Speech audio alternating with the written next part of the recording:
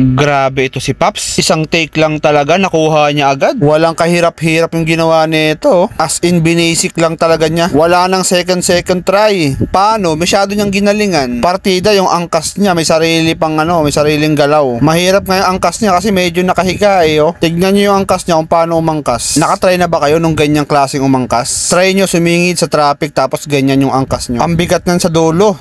Parang kumakabig yung manibela niyan. Pero si Paps walang ganon. Basic lang sa kanya talaga oh. Tignan nyo ba namang mabuti? Ganyan ang kagandahan kapag kabisado mo yung obstacle na gagawin mo. Kinabisado niya yan kaya kaganyan siya kagaling. Plus, maganda pa yung handling niya sa manibela kaya ayun. Binasic lang talaga niya yan. One try lang, kuha agad no? Sana all ganyan kalupit mag-drive no? Siguro kung maraming ganyan, siguro ang dami talagang rider ngayon na bumabiyahe. Tapos ang gagaling sa kalsada. By the way, Paps, congrats nga pala sa'yo. Isa ka ng angkas biker, legit. Kayo mga Paps, sa tingin nyo, ano masasabi nyo sa kanya? Magaling ba siya? O mas magaling kayo? Ano sa tingin nyo?